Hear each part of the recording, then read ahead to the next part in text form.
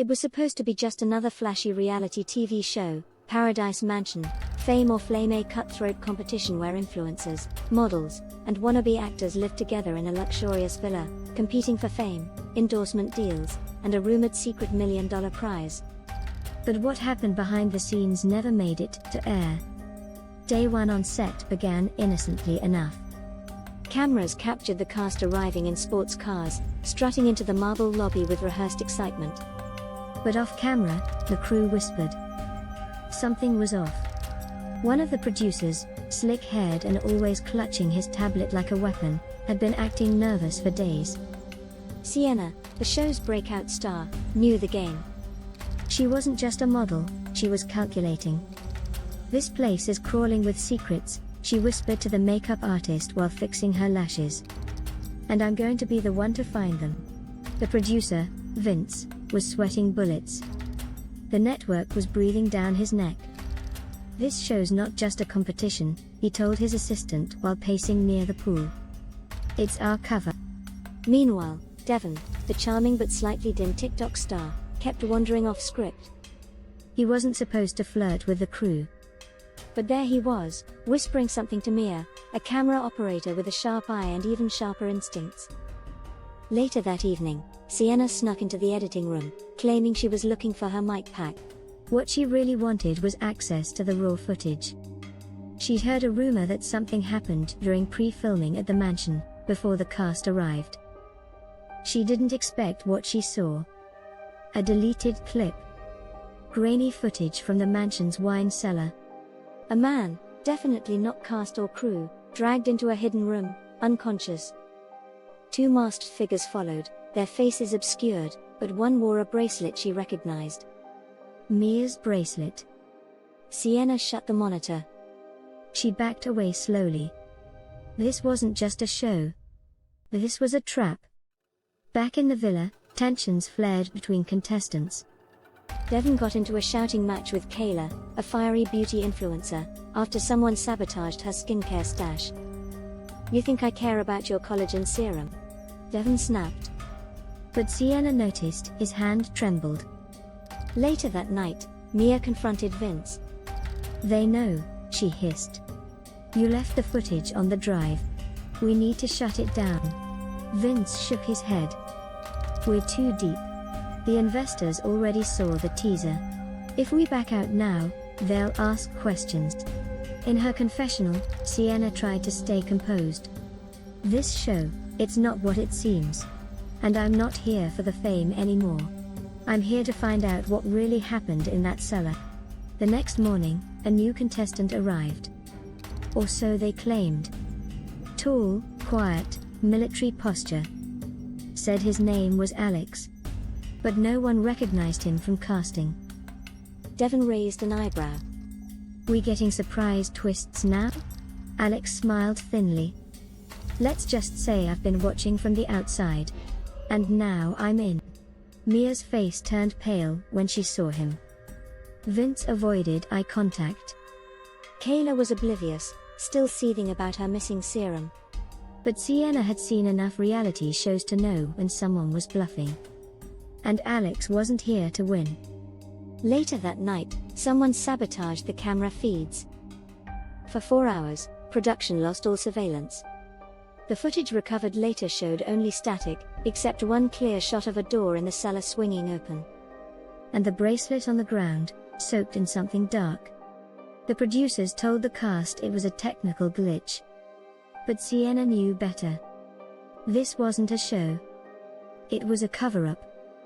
And someone wasn't going to make it to the finale. By the next morning, production was in full spin control mode. The crew was instructed not to speak to anyone outside the set, and filming was postponed for technical difficulties. But the unease had already metastasized among the cast.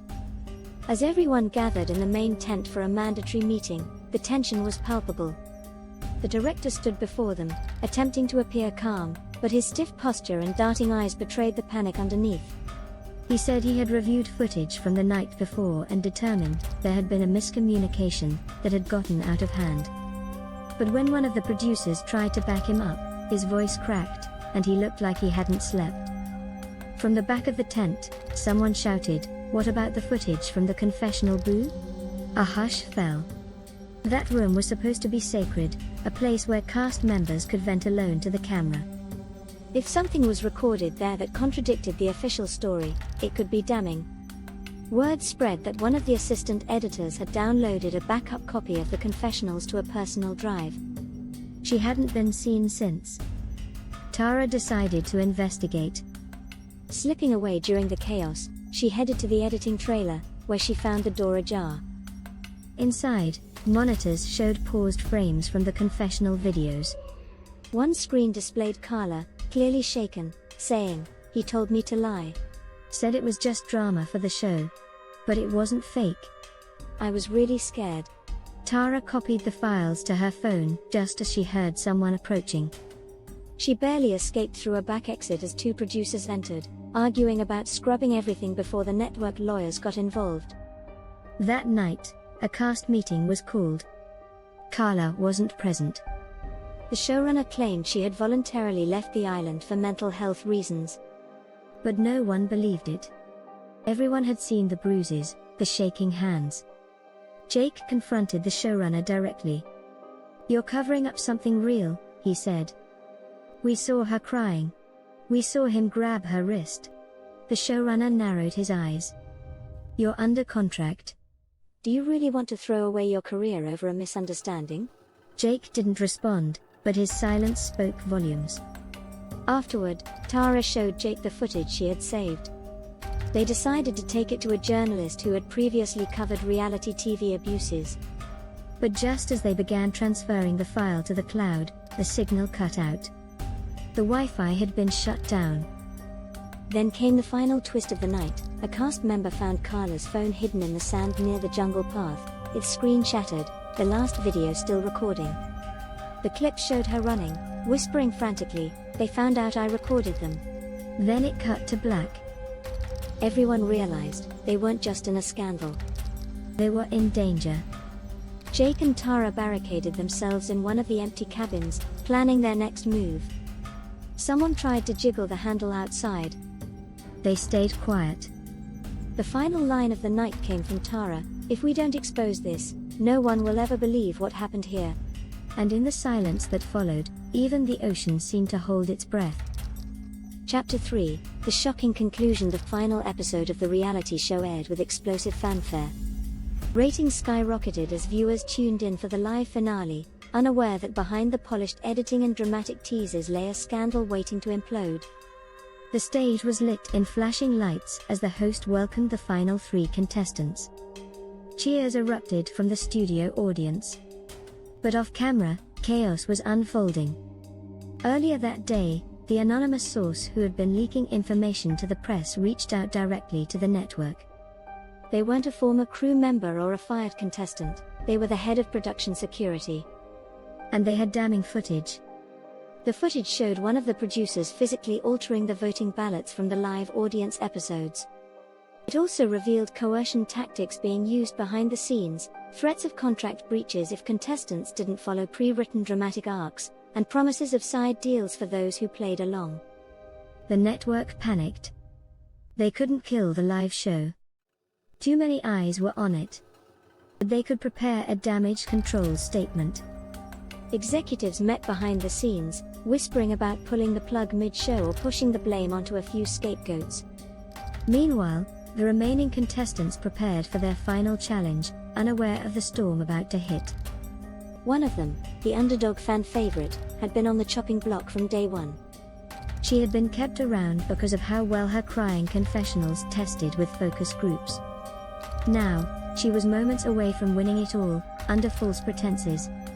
But during a live Q/A, a former contestant, previously banned from the finale, managed to sneak on stage. She grabbed the mic and revealed everything: the script, the manipulation, the altered votes. Audience members gasped. The host froze. Security rushed her, but the damage was done. Social media exploded. Hashtags trended instantly: #RealityGate, #ShowFraud, #FinaleFake. Viewers began pulling out receipts, screenshots, deleted scenes, inconsistencies across episodes. Sponsors began pulling out within hours. A class action lawsuit was launched by contestants, claiming they had been psychologically manipulated for ratings. The head of programming at the network resigned within a day. But the deepest twist came 2 days later.